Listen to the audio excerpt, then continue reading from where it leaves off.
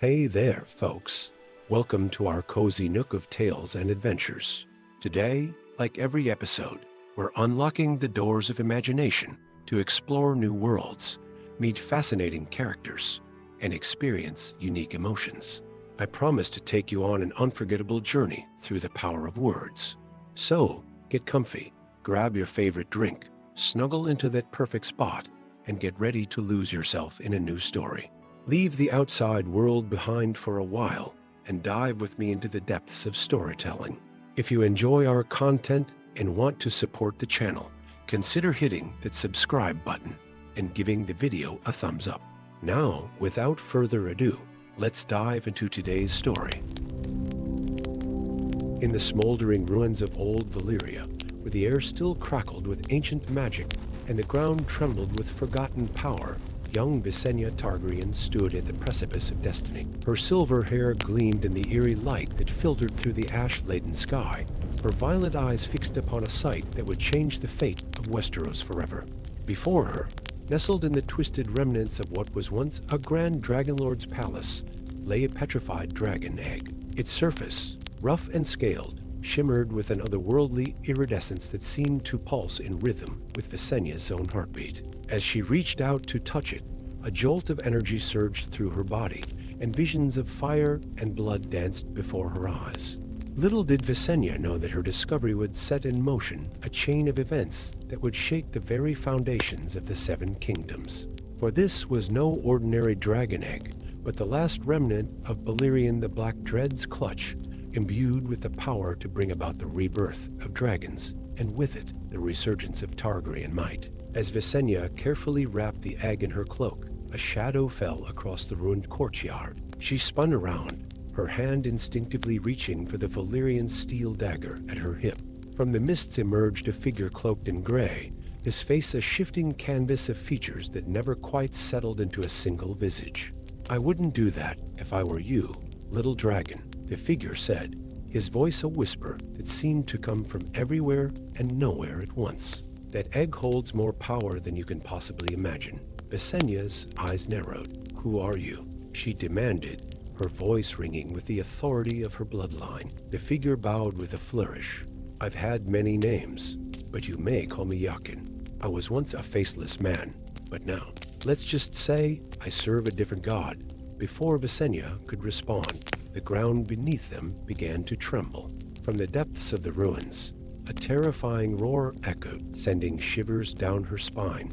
Jaken's eyes widened. "We must leave now. The stone dragons wake, and they hunger for flesh and fire." Without hesitation, Visenya clutched the egg to her chest and ran, following Yakin through the labyrinthine streets of the ruined city. As they fled, shadows with glowing eyes and razor-sharp claws pursued them, their stone wings scraping against the crumbling buildings.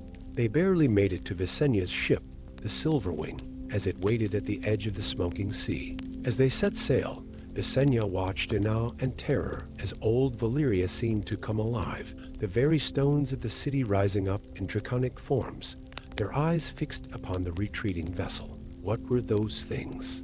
Visenya gasped, still clutching the egg. Jaken's face settled into a grim mask. "The guardians of old Valyria. They've slumbered for centuries, waiting for one who might awaken the true dragons once more. And now they will hunt us to the ends of the earth to reclaim what you've taken." As the silver wing cut through the mists of the smoking sea, Visenya knew that her life would never be the same. The weight of the egg in her arms was a constant reminder of the destiny that now lay before her. The journey back to Westeros was fraught with peril. Storm-tossed seas threatened to dash their ship against treacherous rocks, while pirates and slavers lurked in every shadowy cove. But it was the nightmares that troubled Visenya most. Each night, she dreamed of fire and blood, of great winged beasts soaring through smoke-filled skies, and of a throne forged from 1,000 swords, waiting for her to claim it. Yakin proved to be an enigmatic but invaluable ally. His skills as a former faceless man kept them one step ahead of their pursuers, and his knowledge of ancient lore helped Visenya begin to unravel the mysteries of the egg she carried.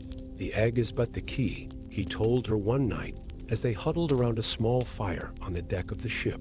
"To truly awaken the dragon within, You must prove yourself worthy of the blood of old Valyria. Visenya's brow furrowed. How?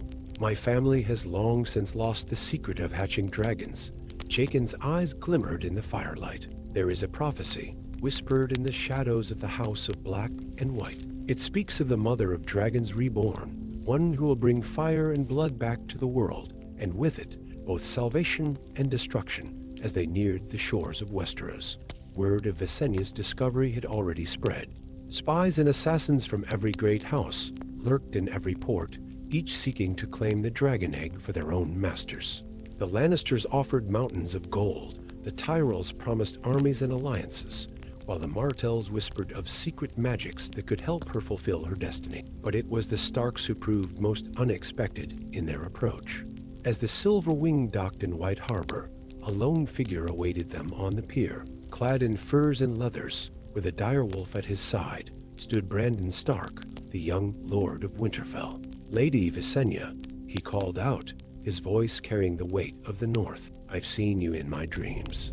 You and the dragon you're destined to wake. The long night approaches, and only fire can drive back the darkness. Visenya studied the young lord, sensing a power within him that belied his years.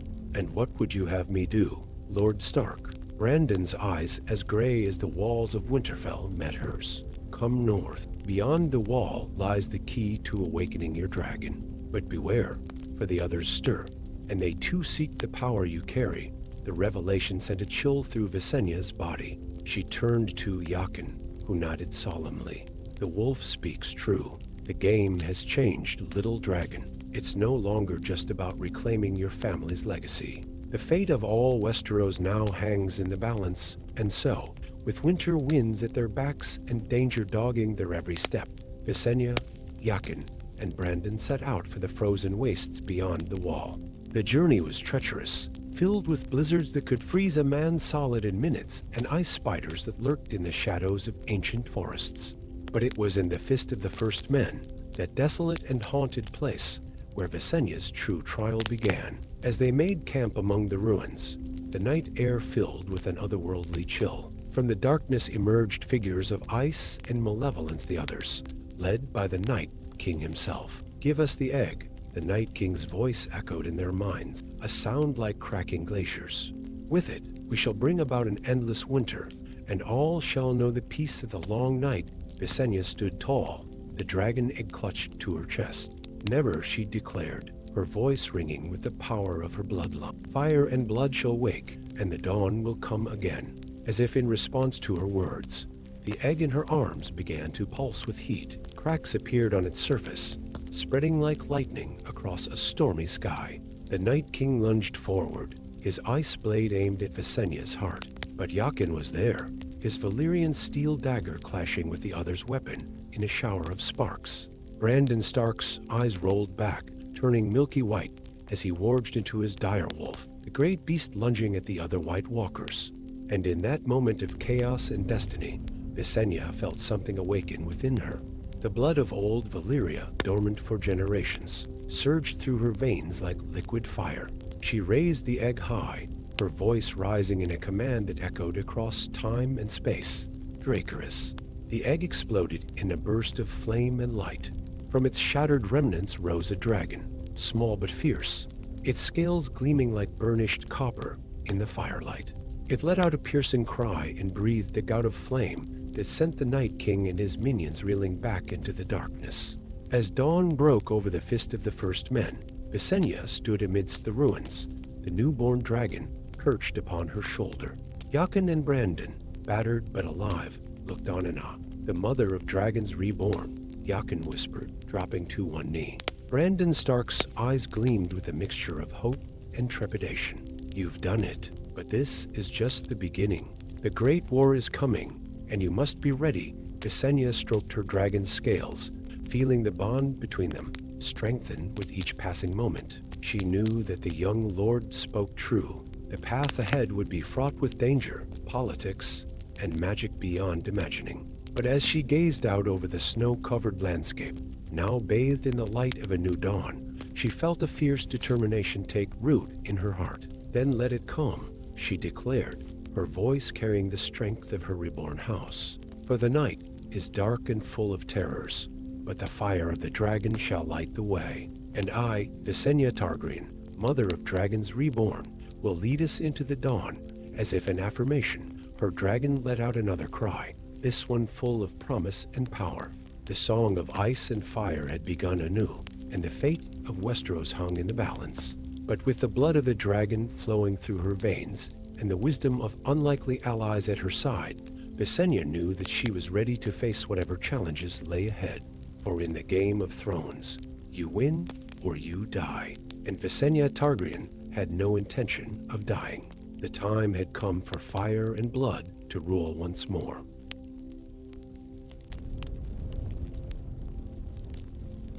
Story 2. The icy winds howled across the desolate expanse of the wall, carrying with them a bone-chilling whisper that spoke of ancient terrors stirring in the frozen north. Lord Commander Alaric Snow stood atop the towering structure of ice and stone, his weathered face etched with lines of worry as he gazed into the impenetrable darkness beyond. For weeks now, strange portents had plagued his dreams, visions of blue-eyed shadows riding atop creatures of frost and scale, their wings beating with the fury of winter itself.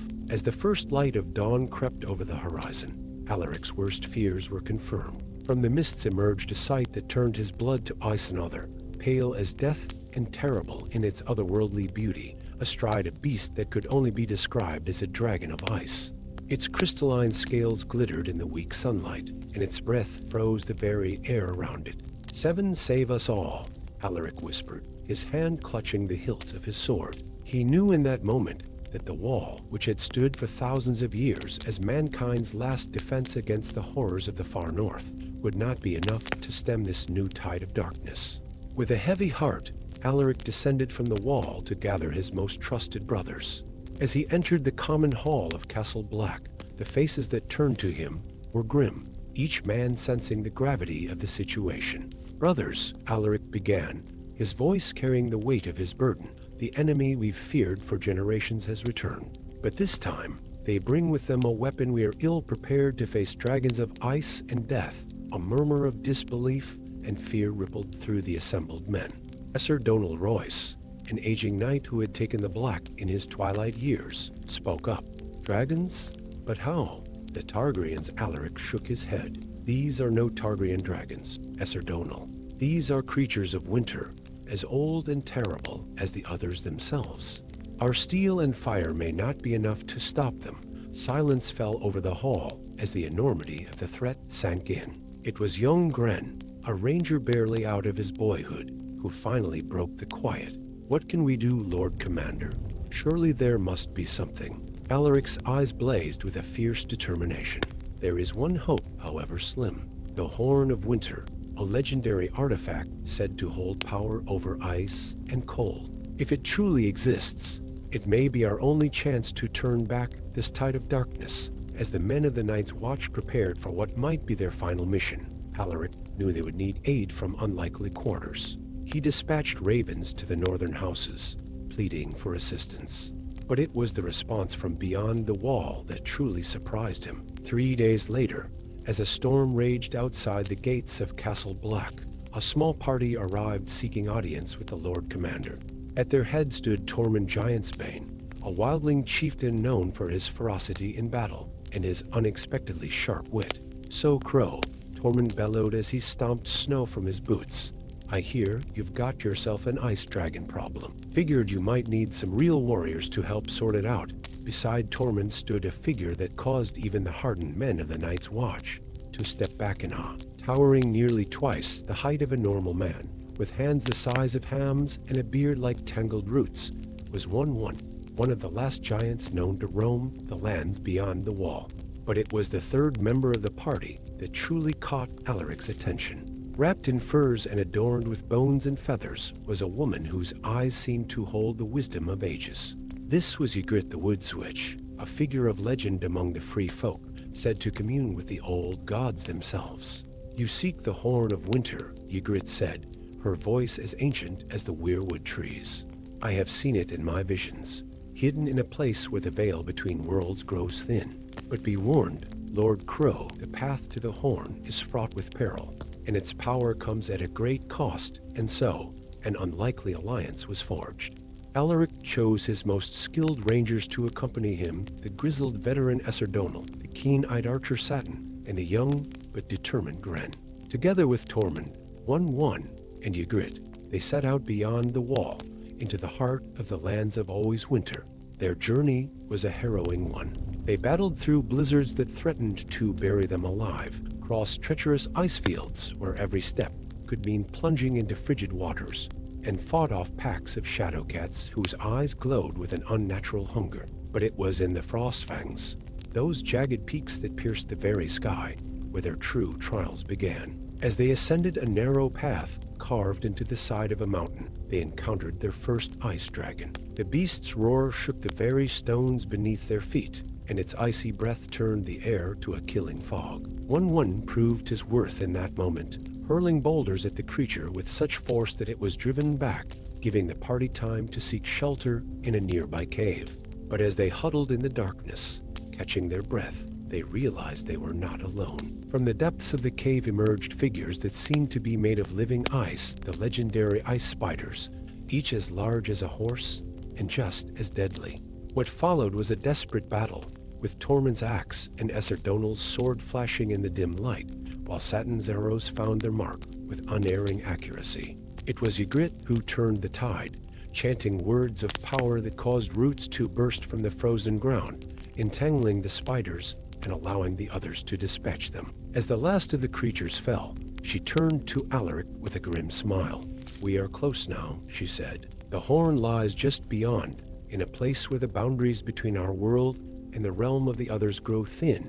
True to her words, they soon found themselves in a vast cavern, its walls adorned with strange, swirling patterns that seemed to move when viewed from the corner of one's eye. And there, atop a pedestal of black ice, lay the Horn of Winter, a massive instrument carved from what appeared to be the tusk of some primordial beast.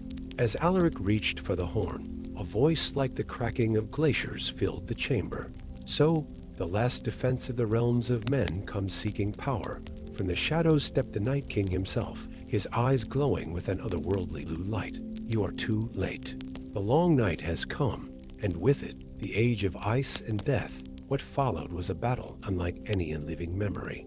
The Night King's power was terrible to behold, turning the very air to deadly shards of ice.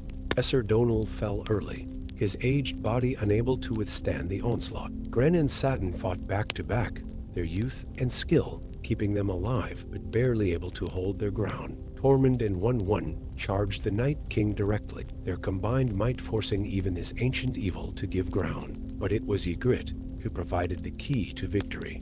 As she chanted in the old tongue, the strange patterns on the walls began to glow, and Alaric felt a surge of power flow through him. With a clarity he had never known before, Alaric understood what he must do. He raised the Horn of Winter to his lips and blew with all his might. The sound that emerged was like nothing any of them had ever heard, a note that seemed to resonate with the very fabric of reality. The effect was immediate and catastrophic. The ice dragons in the sky above let out screams of agony as their bodies began to crack and shatter. The Night King himself staggered, his form seeming to waver and distort, but the horn's power came at a terrible price. As its note faded, Alaric felt a cold unlike any he had ever known seep into his bones. He looked down to see his own body turning to ice, starting from his hands and creeping up his arms. "Go," he shouted to his companions. "Tell them what has happened here. Warn them that the threat may be diminished, but it is not gone. The watch must endure." As Tormund and the others fled the collapsing cavern, they cast one last look back at their Lord Commander. Alaric Snow stood tall, the Horn of Winter still at his lips, his body now completely transformed into a statue of purest ice. But in his frozen features there was a look of triumph and peace. In the years that followed, the tale of Alaric Snow and the Horn of Winter became legend throughout the Seven Kingdoms. The threat of the others was pushed back, though not entirely eliminated. The Night's Watch was strengthened, bolstered by an unprecedented alliance with the Free Folk. And on the coldest nights, when the wind howls across the wall, they say you can still hear the faint echo of the horn, a reminder of the sacrifice made to hold back the long night and the price paid for the dawn. Story 3. In the opulent halls of Casterly Rock, where golden light danced off polished marble and the roar of the sunset sea echoed through ancient stone passages, Lady Joanna Lannister woke with a start. Her emerald eyes, wide with terror, reflected the dying embers of the hearth as the last wisps of her nightmare faded into the pre-dawn gloom. For months now, the same vision had haunted her slumber, a world consumed by dragonfire, the screams of the dying carried on ash-choked winds, and at the center of it all, a figure wreathed in flames that bore an uncanny resemblance to herself. But this time, the dream had shown her more a path, a destiny, and a choice that would shape the fate of all Westeros. Joanna knew then that she could no longer ignore the calling that pulled at her very soul. With trembling hands, she penned a letter to her Lord Father, donned a simple traveling cloak, and slipped out of the imposing fortress that had been her home for all of her 17 years. As the first light of dawn painted the sky in hues of pink and gold, Joanna made her way to the bustling port of Lannisport. There, amidst the clamor of sailors and merchants, she found passage on a ship bound for Essos, the first step on a journey that would take her far from the gilded cage of her noble upbringing and into a world of danger, magic, and destiny.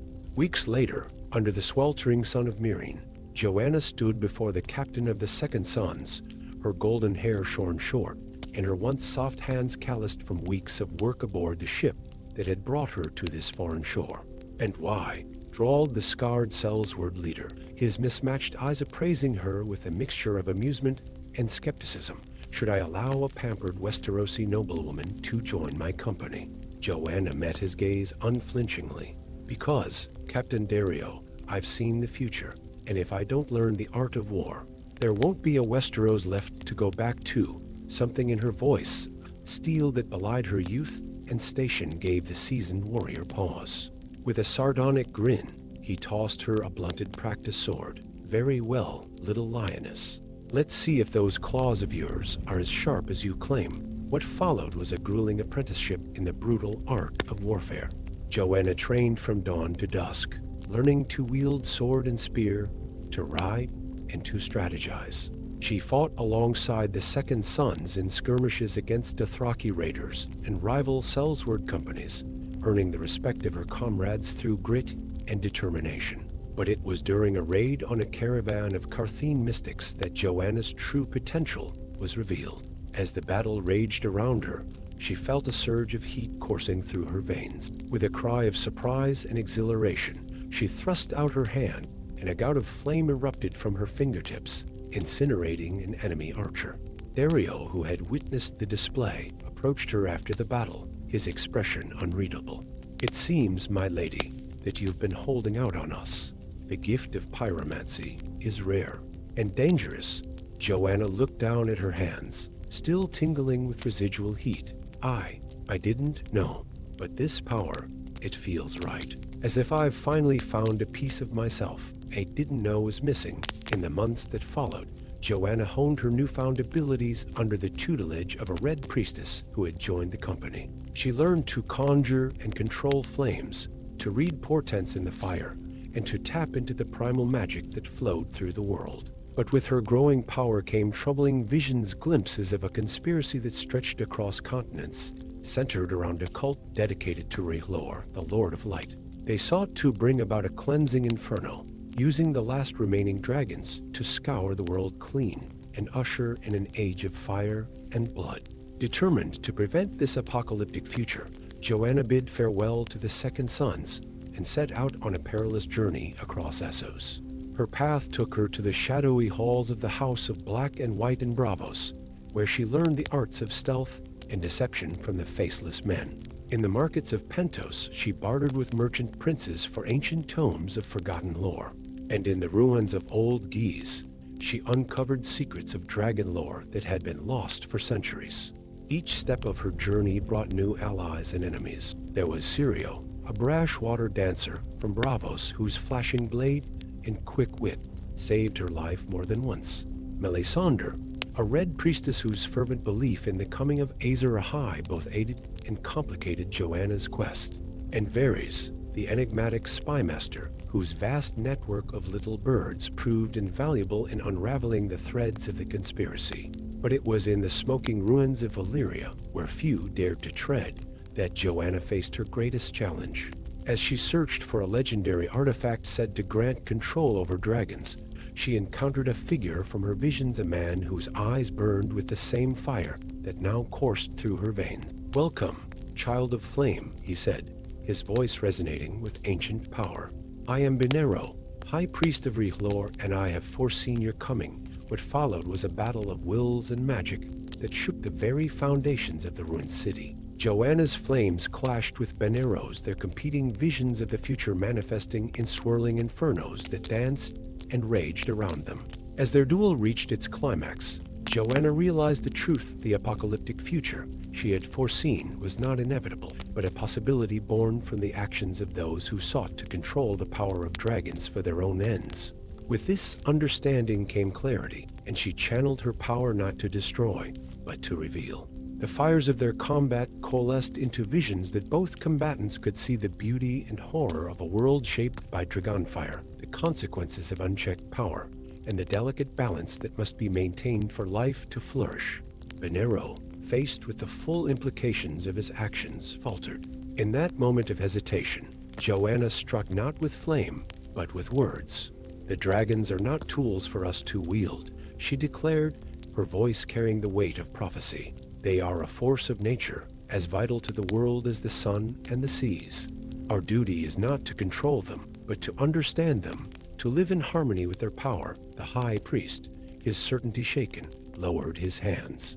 Perhaps you are right, child. The flames show many paths, and I may have been too quick to choose the one that led to destruction." With Benero's surrender, the immediate threat was averted, but Joanna knew that her work was far from over. The cult of Rihlor was vast, and there were others who would seek to use the dragons for their own ends. As she prepared to return to Westeros, armed with the knowledge and power she had gained on her journey, Joanna reflected on the path that lay ahead. She was no longer the pampered noblewoman who had fled Casterly Rock, nor was she the apocalyptic figure from her nightmares. She had become something else entirely: a bridge between worlds, a guardian of the delicate balance between fire and ice. The sun was setting over the narrow sea as Joanna's ship set sail for King's Landing. As she watched the horizon, her hands wreathed in gentle flames that danced in harmony with the dying light, she whispered a promise to the wind: "I'm coming home, Westeros, and I swear by the old gods and the new, by fire and blood, that I will not let you burn." As night fell and the stars emerged, Joanna Lannister stood tall on the prow of the ship, her eyes fixed on the future. She was determined to forge a future where the song of ice and fire would be one of harmony, not destruction. The journey ahead would be long and fraught with danger, but she was ready, for in her heart burned a flame that could light the way through even the darkest of nights. Story 4. In the heart of the ancient weirwood forest, where the crimson leaves whispered secrets of old, Lyanna Blackfire stood before a face carved in white bark. Its eyes, weeping sap red as blood, seemed to peer into her very soul. The young woman, with hair as dark as a raven's wing and eyes the color of storm clouds, had always felt a strange connection to this place. Little did she know that on this misty morning, her destiny would unfold like the petals of a winter rose. As Lyanna traced the contours of the weirwood face with her fingertips, a sudden gust of wind swept through the grove. The leaves rustled with an otherworldly whisper, and in that moment, Lyanna felt a surge of power course through her veins. Visions flashed before her eyes, dragons soaring over snow-capped mountain, battles fought with fire and blood, and a lineage long thought extinct. Gasping, she stumbled back, her mind reeling from the revelation. She was the last of the Blackfires, descendants of the legendary Targaryen dragon riders. For centuries, her family had hidden, in plain sight, their true heritage, a closely guarded secret. Now, with the weight of this knowledge upon her shoulders, Lyanna knew her life would never be the same. As if answering an unspoken call, a raven arrived, bearing a scroll sealed with wax, the color of midnight. With trembling hands, Lyanna unfurled the parchment, her eyes widening as she read the words of an ancient prophecy. When the moon bleeds and the sun grows cold, a dragon shall wake from slumber old. In the mountains of Moon, its roar will sound, and the last black fire shall be crowned. The prophecy spoke of a dragon, one of the last of its kind, awakening in the mountains of the Moon. Lyanna's heart raced with excitement and fear.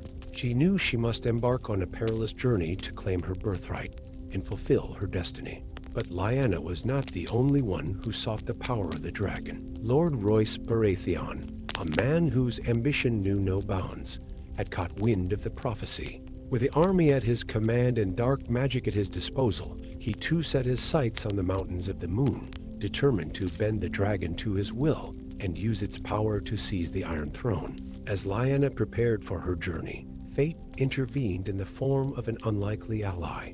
Theon Greyjoy, once a feared pirate of the Narrow Sea, now sought redemption for his past misdeeds. Drawn by rumors of the awakening dragon, Theon found himself in the Weirwood Forest, where his path crossed with Lyanna's. At first, Lyanna was wary of the weathered sea captain, with eyes that held both mischief and sorrow. But as they shared their stories around a campfire on their first night of travel, she sensed a kindred spirit in Theon.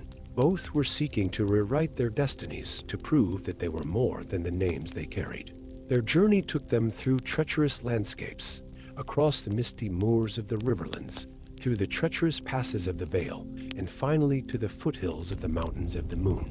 Along the way, Lyanna and Theon faced numerous challenges that tested their resolve and strengthened their bond. In a hidden grove, they encountered a wise old crone who recognized the black fire blood coursing through Lyanna's veins. The crone gifted her an ancient Valyrian steel dagger, its blade rippling with 1,000 folded layers. "This blade has tasted dragon blood before," the crone wheezed. "It may yet do so again, for good or ill." As they ascended the craggy slopes of the Mountains of the Moon, Lyanna felt a stirring in her blood, a call that grew stronger with each step. Theon watched in awe as her eyes occasionally flickered with an inner fire, a sign of the dragon magic awakening within her. But they were not alone in their quest. Lord Royce Baratheon and his forces were close behind, their dark banners fluttering in the mountain winds. The race to reach the sleeping dragon had begun in earnest. On the eve of the foretold awakening, as the moon hung full and red in the sky, Lyanna and Theon finally reached the ancient cave where the dragon slumbered. The entrance was marked by runes that glowed with an eerie blue light, pulsing in rhythm with Lyanna's racing heart. As they ventured deeper into the cave, the air grew thick with the scent of brimstone and ancient magic. And there, coiled upon a bed of treasure accumulated over centuries, lay the dragon. Its scales shimmered like polished obsidian, and even in sleep, it radiated power beyond imagining. Lyanna approached the magnificent creature, her hand outstretched.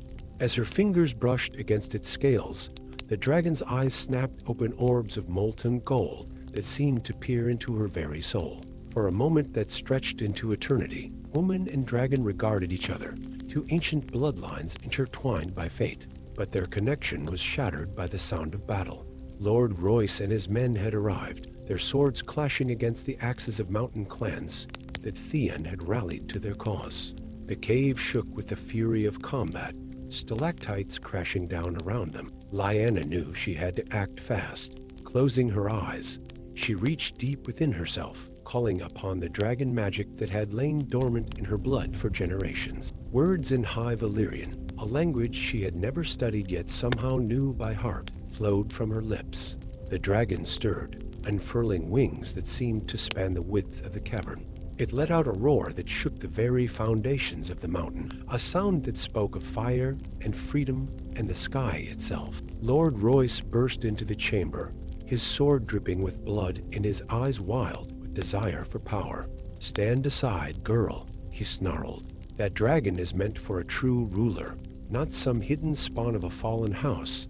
But Lyanna stood her ground, the Valyrian steel dagger gleaming in her hand. "I am Lyanna of House Blackfire," she declared, her voice ringing with newfound authority. "Daughter of dragon riders, and this dragon's true master." As if in response to her words, the dragon exhaled a gout of flame that illuminated the cavern in brilliant shades of blue and white. Lord Royce's men fell back in terror, but their leader pressed on, driven by his lust for power.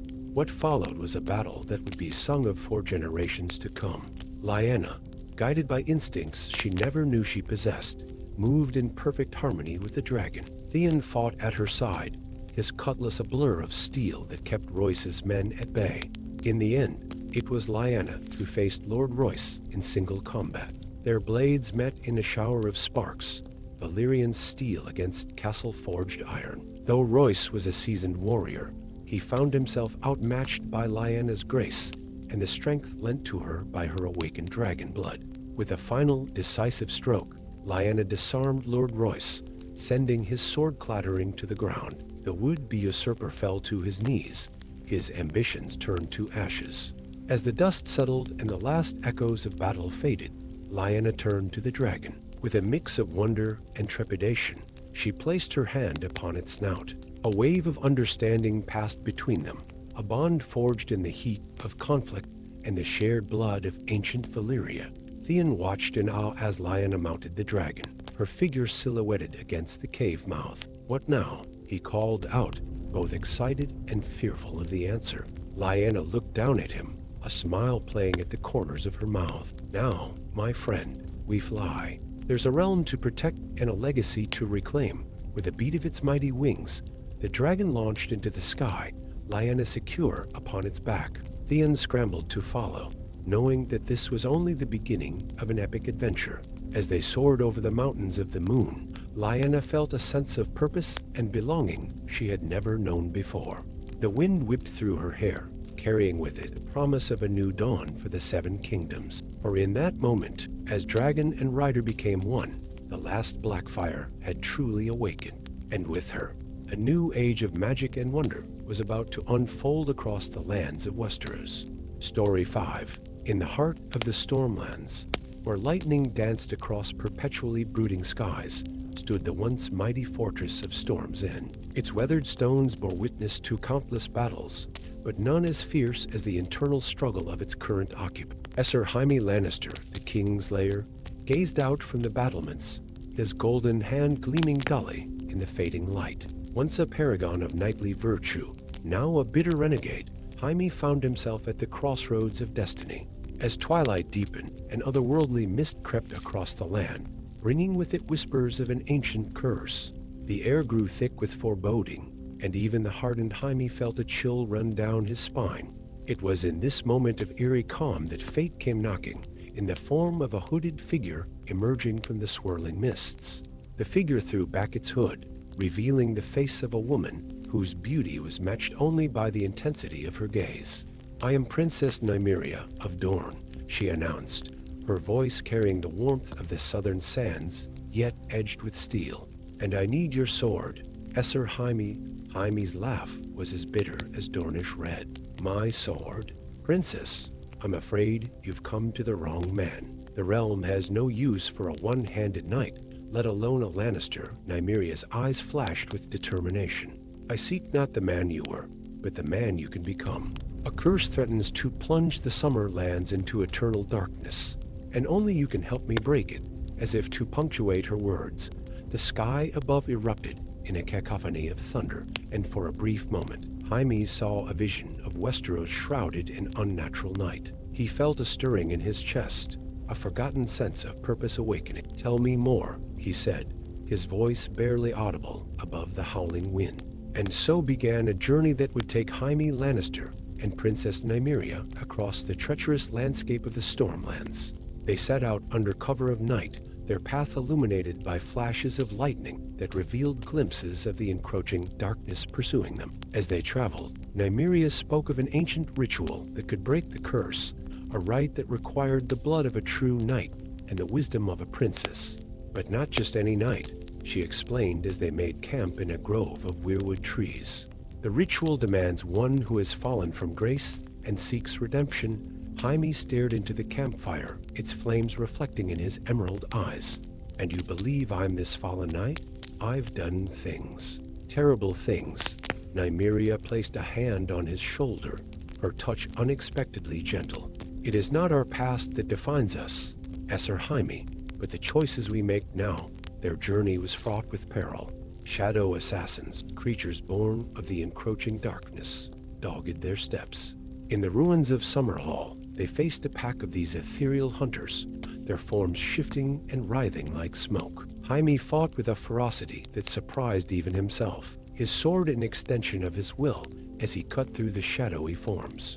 Nymeria proved to be a formidable warrior in her own right, her spear flashing like lightning as she danced between opponents. As the last shadow dissipated, Jaime stood panting, a newfound respect for his companion blooming in his chest. "Where did you learn to fight like that?" he asked. Nymeria's smile was tinged with sadness. "In Dorne, we learn early that beauty can be a weapon, but so too must we wield steel."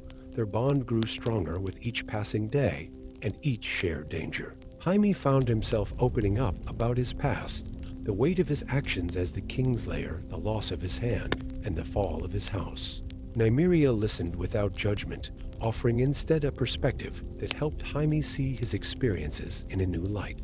In turn, Nymeria shared the burden of her own destiny. As the last of her line, she bore the responsibility of protecting her people from threats both mundane and mystical. The curse that threatened the Summer Lands was but the latest in a long line of challenges she had faced.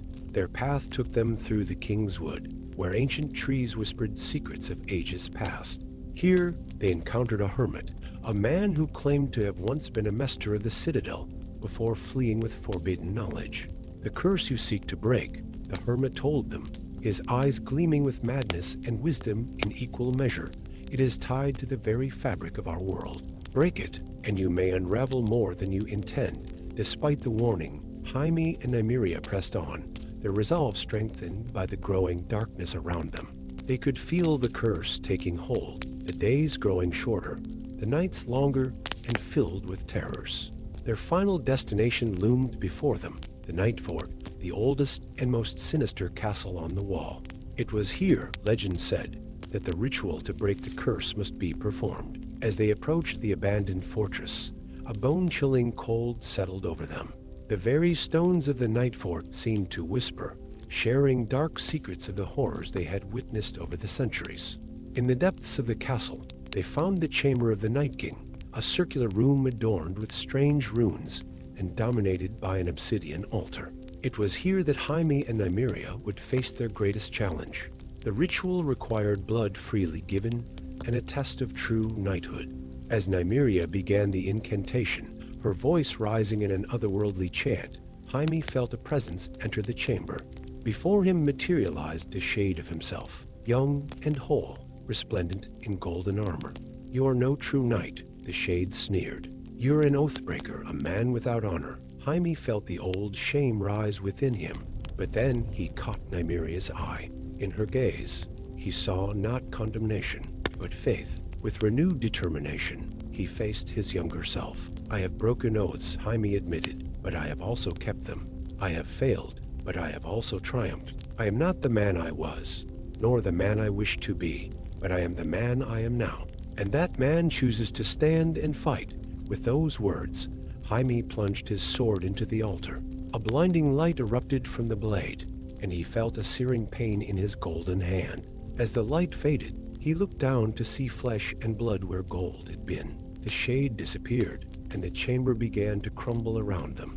Nymeria grabbed Jaime's newly restored hand, and together they fled the Night Fort as it collapsed behind them. Outside, they emerged into a world reborn. The oppressive darkness had lifted, and the first rays of dawn were breaking over the horizon. Jaime looked at Nymeria, seeing her as if for the first time. She was no longer just a princess he had sworn to protect, but a partner who had helped him rediscover his own worth. "What now?" he asked, his voice thick with emotion. Nymeria's smile was as bright as the rising sun.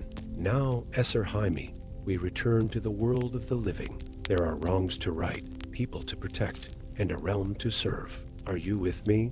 Jaime looked at his restored hand, then back at the woman who had guided him through darkness, both literal and figurative. With a smile that held the promise of redemption and hope, he replied, "Always, my princess." Always, as they set off towards the south, towards Dorne and new adventures, Jaime Lannister felt the weight of his past lift. He was no longer the Kingslayer, nor the Golden Lion of Lannister. He was simply a knight, reforged in the crucible of an epic journey, ready to write a new chapter in the annals of Westeros. And so, as the curse of eternal twilight was broken, a new dawn rose not just for the Seven Kingdoms, but for Sir Jaime Lannister and Princess Nymeria of Dorne. Their tale, a story of redemption, courage, and unexpected alliance, would be sung by bards for generations to come, a testament to the enduring power of honor and the transformative nature of true companionship. Story 6. The salt-laden wind whipped across the iron-gray seas surrounding Pike, carrying with it the whispers of an ancient prophecy. Yara Greyjoy, young priestess of the drowned god, stood atop the sea-worn cliffs, her eyes closed in deep meditation. The crash of waves against the rocky shore below seemed to speak to her, conveying messages from the depths that only she could decipher. Suddenly, her eyes snapped open, a gasp escaping her lips as a vision seized her mind. In the murky waters of her inner sight, she saw a monstrous kraken rising from the abyss, its tentacles reaching out to engulf all of Westeros. The beast's eye, as large as a castle, fixed upon her with terrifying intelligence. As the vision faded, Yara found herself on her knees, salt spray mingling with the sweat on her brow. The drowned god had spoken, and his message was clear. A great danger was stirring in the depths, one that threatened not just the Iron Islands, but all the lands of the known world. With trembling hands, Yara reached for the driftwood staff that marked her station as a priestess. As her fingers closed around the weathered wood, she felt a surge of determination. She knew what she had to do. The great hall of Pike was filled with the raucous laughter and boastful tales of ironborn warriors when Yara burst through the doors. The revelry died down as all eyes turned to the wild-eyed priestess. Brothers and sisters of the salt and rock, Yara's voice rang out, silencing the last murmurs. I bring word from the drowned god himself. A great kraken, ancient beyond reckoning, stirs in the depths. If not stopped, it will rise to destroy all the lands. Both green and salt, scoffs and dismissive waves met her proclamation. But Yara pressed on, her voice gaining strength. Our god has shown me the way to prevent this calamity. In the ruins of old Valyria lies an artifact of great power, one that can bind the kraken to the depths for another age. The hall erupted in chaos. Some laughed, some argued, but a few listened with growing concern. Among them was Theon Greyjoy, Yara's brother, his eyes shining with a mix of fear and excitement. And how do you propose we find this artifact, sister? Theon asked, his voice cutting through the din. Valyria is a death sentence for any who dare enter its waters. Yara's gaze swept the hall, settling on each face in turn. I will go, she declared, but I cannot do this alone. I need a crew of the bravest and most cunning among you, who will answer the call of the drowned god. In the silence that followed, most eyes turned away, focusing intently on ale cups or the stone floor. But a few stepped forward. Theon was the first, followed by a grizzled old reaver named Dagmar Cleftjaw. To everyone's surprise, two unlikely figures also volunteered. A disgraced mester named Qyburn, his chain incomplete and tarnished, and a septon named Maribald, whose weathered face spoke of a life far removed from the sets of the Green Lands. And so, under the light of a waning moon, Yara's misfit crew set sail aboard the Black Wind, a sleek longship that seemed to slice through the waves like a knife through butter. Their journey took them past the shores of Westeros, across the narrow sea, and into waters that grew increasingly treacherous. As they sailed, Yara shared more of her vision with the crew. The artifact they sought was said to be a horn of ancient Valyrian make, imbued with the power to command sea creatures. With it, they might be able to send the kraken back to its slumber. Their first great challenge came as they approached the smoking ruins of old Valyria. The air grew thick with ash and sulfur, and strange lights danced beneath the waves. It was Qyburn who suggested a solution, concocting a foul-smelling unguent that, when applied to the skin, seemed to ward off the worst effects of the poisonous air. But it was not just the environment that posed a threat.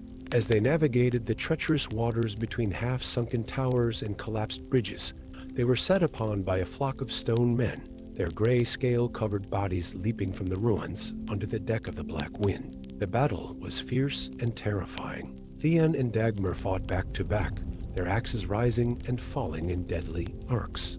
Yara called upon the power of the drowned god, her prayers seeming to give strength to her companions. Even Septon Maribald revealed hidden depths, wielding his staff with the skill of a trained warrior. As the last of the stone men were driven back into the sea, the crew caught their breath, the reality of their quest settling heavily upon them. They had survived, but at what cost? Several of their number bore scratches from the encounter, the threat of gray scale hanging over them like a shroud. It was Kiburn who once again provided a solution, albeit a controversial one. From the depths of his robes, he produced a vial of wildfire, claiming it could cauterize wounds and prevent the spread of the dreaded disease. The choice was a difficult one, but those who had been scratched chose to endure the searing pain rather than risk turning to stone. Their ordeal with the stone men had driven them off course, and as they tried to find their way back to their intended path, a thick fog descended upon them. It was unlike any mist they had ever encountered, seeming to whisper with the voices of the dead. For days they drifted, their supplies dwindling, their hopes fading. It was in this darkest hour that Septon Maribald's faith shone brightest. His quiet prayers and unwavering belief seemed to lend strength to the crew, keeping despair at bay. When the fog finally lifted, they found themselves in a hidden cove, surrounded by the ruins of what must have once been a great Valyrian palace. And there, atop a crumbling pillar, they saw it, the horn, its surface etched with runes that seemed to writhe and move in the corner of one's vision. But they were not alone in their discovery. As Yara reached for the horn, a dark shape erupted from the water. It was a harpy, a creature of legend thought long extinct, its woman's face twisted in a snarl of rage, its wings beating the air into a frenzy. The ensuing battle was like something out of the most fantastical tales. Yara and her crew fought with everything they had, their weapons seeming pitifully inadequate against the mythical beast. It was Theon who turned the tide, firing a flaming arrow into the harpy's eye, sending it crashing into the sea with a shriek of agony. With trembling hands, Yara grasped the horn. As her fingers closed around it, she felt a surge of power unlike anything she had ever experienced. Knowledge flooded her mind how to use the horn, the price it would exact, the responsibility it entailed. Their return journey was no less perilous, but now they raced against time. Yara could feel the Kraken stirring, its awakening sending tremors through the very fabric of the sea. As they approached the shores of Westeros, they saw signs of its impending arrival: monstrous waves, sea life fleeing in terror, storms of unprecedented fury. It was off the coast of the Arbor that they made their stand. As the largest tentacle any of them had ever seen broke the surface of the water, Yara raised the horn to her lips. The sound that emerged was like nothing of this world, a deep, resonant call that seemed to shake the very foundations of the earth. For a moment that stretched into eternity, nothing happened. Then slowly, ponderously, the tentacle began to sink back beneath the waves. Yara continued to blow, pouring every ounce of her will into the command, even as she felt her own life force ebbing away. When it was over, when the last ripple had faded from the now calm sea, Yara collapsed to the deck.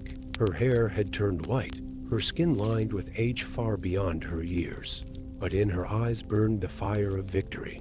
As the black wind limped back to the Iron Islands, the tale of their quest spreading like wildfire across the realm, Yara knew that she had changed the course of history. The Kraken slept once more, bound by ancient magic and the will of a priestess who had dared to challenge fate.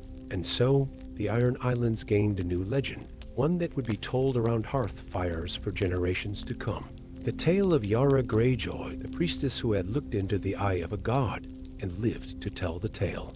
The woman who had saved Westeros from a threat it never knew it faced, armed with nothing more than courage, faith, and a motley crew of unlikely heroes. Story 7. The salt-laden wind whipped across the jagged cliffs of Pike, carrying with it the mournful cries of gulls and the distant rumble of waves crashing against unyielding stone. Theon Greyjoy stood at the edge of the precipice, his storm-gray eyes fixed upon the turbulent waters of the Iron Islands. In his calloused hands, he clutched an artifact that seemed to pulse with an otherworldly energy, the dragon horn of Valyria.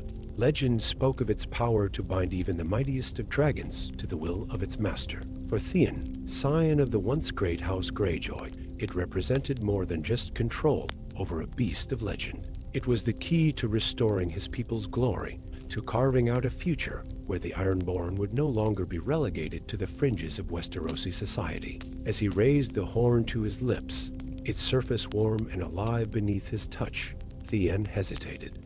The weight of his decision pressed upon him, like the depths of the sunset sea. With a deep breath that tasted of brine and destiny, he blew. The sound that erupted from the horn was unlike anything Theon had ever heard. It was the roar of 1,000 storms, the cry of a beast both ancient and terrible. The very air seemed to ripple with its power, and in that moment, Theon knew that nothing would ever be the same. Leagues away, on the Isle of Dragonstone, the last remaining dragon of House Targaryen lifted its massive head. Regal, named for a prince long dead, felt the call of the horn resonate through its very bones. With the earth-shaking roar that sent the castle's inhabitants scrambling for cover, the great beast took to the skies, its emerald scales glittering in the sunlight as it winged its way towards the Iron Island. Theon watched in awe as the dragon appeared on the horizon, growing larger with each passing moment. His heart raced with a mixture of fear and exhilaration. As Regal descended upon Pike, its wings stirring up great gusts of wind that threatened to topple the young Greyjoy, Theon stood his ground. "I am Theon of House Greyjoy," he declared, his voice carrying the strength of his ancestors, heir to the Salt Throne and master of the Dragon Horn. "By the power of this ancient artifact, I claim you as my own." For a moment that seemed to stretch into eternity, dragon and man locked eyes. Regal's gaze, filled with alien intelligence and primal fury, bore into Theon's very soul. Then, slowly, impossibly, the great beast lowered its head in submission. A triumphant smile spread across Theon's face.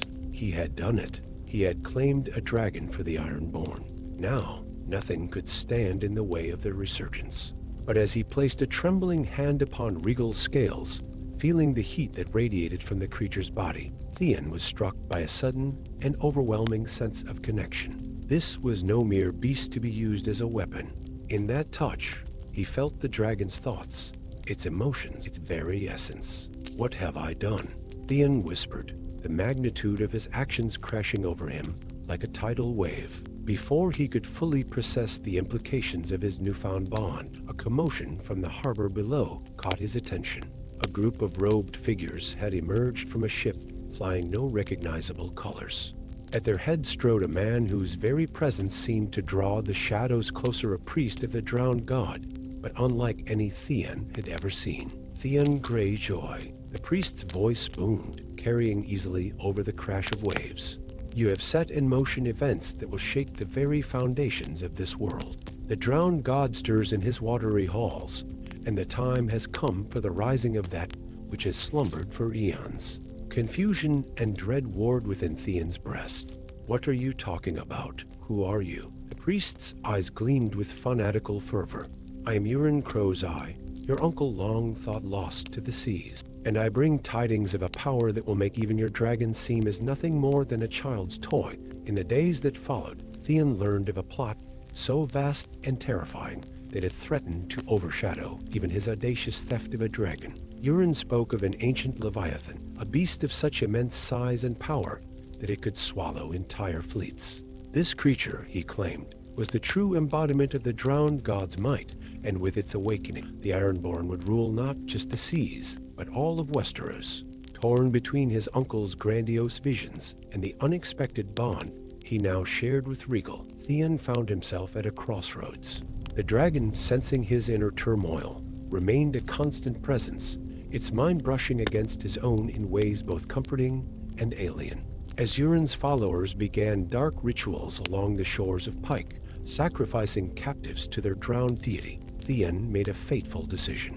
Under cover of night, he mounted Regal and took to the skies, determined to uncover the truth behind his uncle's claims and, if necessary, stop him before it was too late. Their journey took them across the vast expanse of the Sunset Sea, to islands uncharted and ruins long forgotten. In the mist-shrouded remains of an ancient city, Theon discovered scrolls that spoke of the Leviathan, a creature born from the union of deep-sea terrors and elder magics.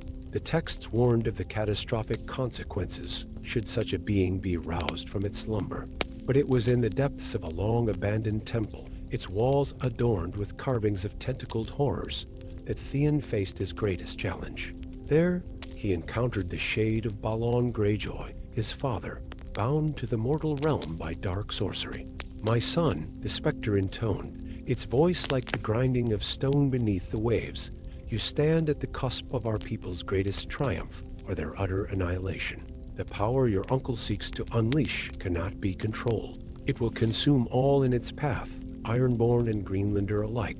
Theon, his resolve strengthened by his father's warning and the unwavering presence of Regal at his side, knew what he had to do.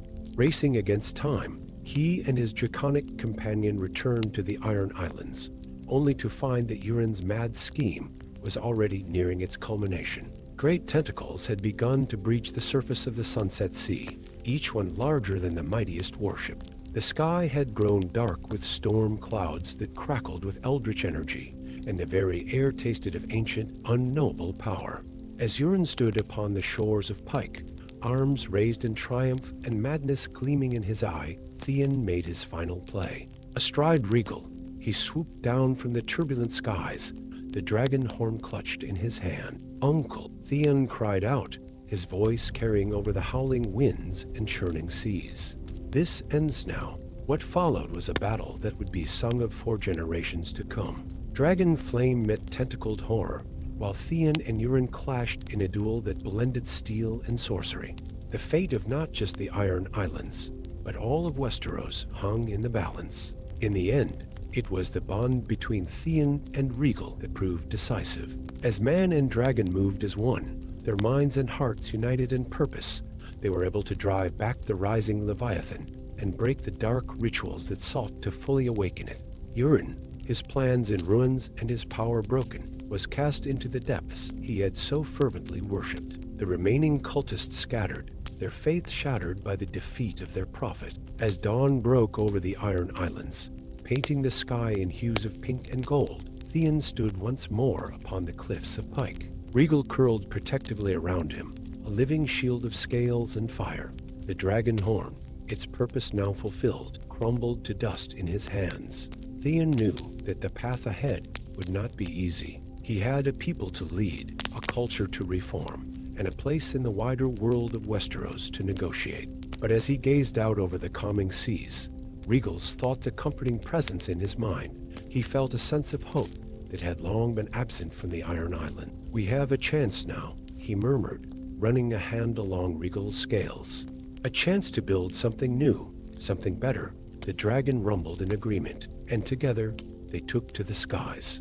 The sun glinted off Regal's emerald scales as they soared over the Iron Islands, a symbol of both the ancient magic that still lingered in the world and the promise of a new dawn for the Ironborn. And so began the legend of Theon Greyjoy, the dragon rider of Pike, whose courage and compassion turned the tide of fate and ushered in an era of unprecedented change for his people and for all of Westeros. Story 8.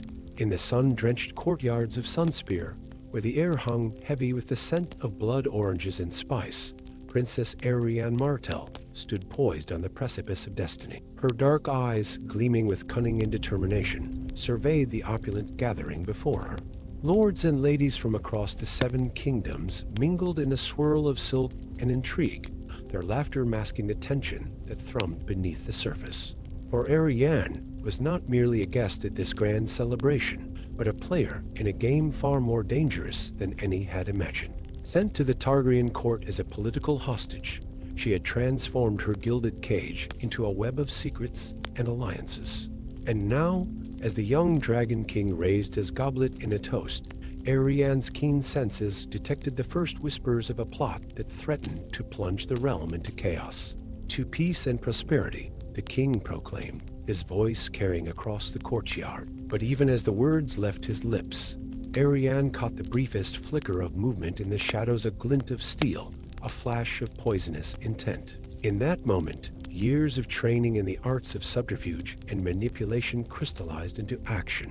With a grace that belied the urgency of the moment, Ariane glided across the courtyard, her movements a deadly dance disguised as idle wandering. As she passed the king's table, her hand brushed against his cup, sending it tumbling to the ground in a spray of wine and shattered crystal. "Your Grace, I beg your forgiveness," Ariane exclaimed, her voice pitched to carry. "It seems the heat of the day has made me clumsy." The king laughed, waving away her apology. But in the confusion that followed, Ariane's eyes locked with those of a hooded figure melting back into the crowd. The assassin's plot had been foiled, but Ariane knew this was only the beginning. As night fell over the Red Keep, Ariane slipped through hidden passages and secret alcoves, her mind racing with the implications of what she had uncovered. The attempt on the king's life was but a thread in a tapestry of conspiracy that stretched back to the dance of dragons itself. Ancient grudges, long-buried secret, and a thirst for power that threatened to consume the realm, all of it converging on this moment in history. In the shadowy depths of the castle, Ariane made contact with her first unlikely ally, Esser Baristan Selmy, the disgraced knight of the king's guard. Though stripped of his white cloak, the old warrior's honor burned as fiercely as ever. "The king's life is in danger," Ariane whispered, her words barely audible over the distant sounds of revelry. "And I fear this plot runs deeper than either of us could have imagined." Baristan's weathered face hardened with resolve. "Then we must act swiftly, my lady. But we cannot do this alone," and so began a clandestine operation that would test the limits of Ariane's cunning and Baristan's valor. Through whispered conversations in moonlit gardens and coded messages passed in the bustle of the marketplace, they began to assemble a network of unlikely allies. There was Varys, the enigmatic spymaster, whose web of little birds stretched to every corner of the kingdom. Though his loyalties were as shifting as the sands of Dorne, Ariane knew his desire for stability in the realm could be used to their advantage. From the Citadel came Archmaster Marwyn, a man whose pursuit of forbidden knowledge had earned him the moniker, the Mage. His insights into ancient prophecies and long-lost magics would prove invaluable in unraveling the threads of the conspiracy. And perhaps most surprisingly, Ariane found an ally in Tyrion Lannister, the dwarf whose sharp wit and sharper mind had survived the tumultuous years since the fall of his house. Though initially skeptical of the Dornish princess, Tyrion soon recognized in Ariane a kindred spirit, one who understood that in the Game of Thrones, the most powerful moves were often made in the shadows. As their investigation deepened, a pattern began to emerge, one that pointed to a cabal of powerful figures seeking to resurrect the might of old Valyria. At the heart of their plan lay a terrible secret, a ritual of blood magic that promised to awaken dragons long thought extinct. The conspirators, Ariane learned, were not content with mere political power. They sought to reshape the very fabric of the world, to bring about an age of fire and blood that would scour the land clean and remake it in their image. The full scope of the threat became clear on a moonless night, as Ariane and Baristan followed a trail of clues to the depths of the dragon pit. There, amidst the bones of long-dead dragons, they witnessed a sight that chilled them to their very souls. Robed figures chanted in High Valyrian, their voices rising in a terrible crescendo as they circled a pulsing orb of dark energy.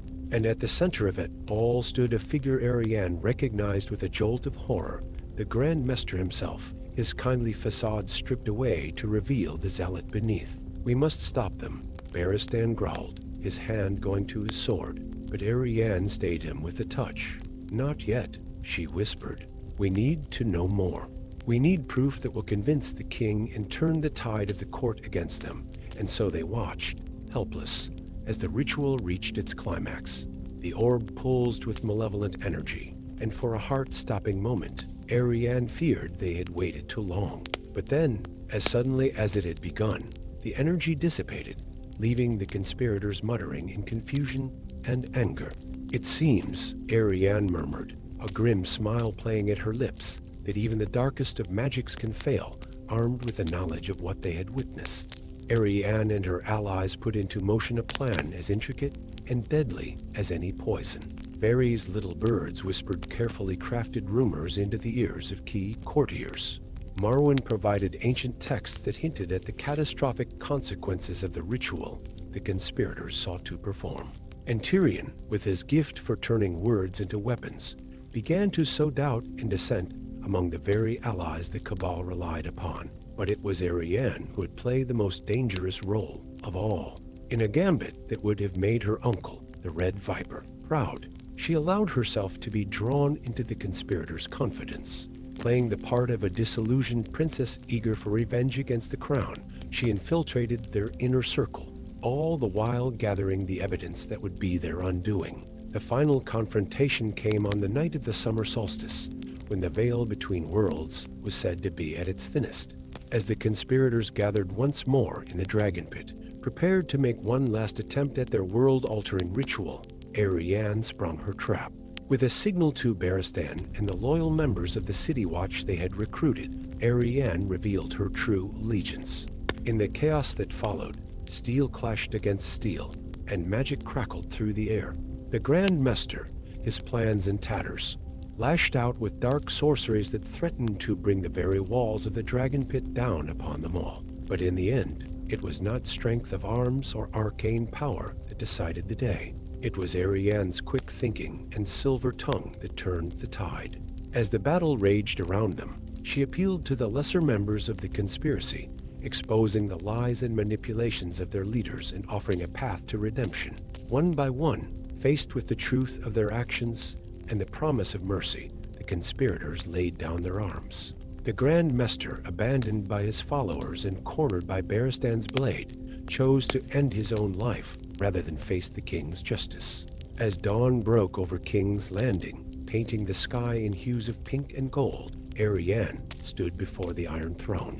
The king, his eyes wide with the realization of how close he had come to losing everything, listened in stunned silence as she recounted the full tale of the conspiracy and its defeat. "You have saved not just my life, Princess Arianne," the king said at last, "but the very future of our realm. Name your reward, and if it is within my power to grant, it shall be yours." Arianne's mind raced with possibilities. She thought of Dorne, of the power and influence this moment could bring to her family and her people. But in the end, she remembered the lessons learned in the shadows and alcoves of the Red. Keep that true power often lay in unexpected places. "Your Grace," she said, her voice carrying the weight of her newfound wisdom, "I ask only for the opportunity to serve. Let me be your eyes and ears, your shield against the darkness that would threaten your reign. For in saving your life, I have found my true calling." And so began the legend of Arianne Martell, the shadow hand of the king. In the years that followed, her name would be whispered with a mixture of fear and admiration in courts across the Seven Kingdoms and beyond. For where others saw only the sun-kissed beauty of a Dornish princess, the wise recognized the keen mind and indomitable spirit that had saved the realm from the brink of chaos. In the Game of Thrones, Arianne had not just played, she had changed the rules forever.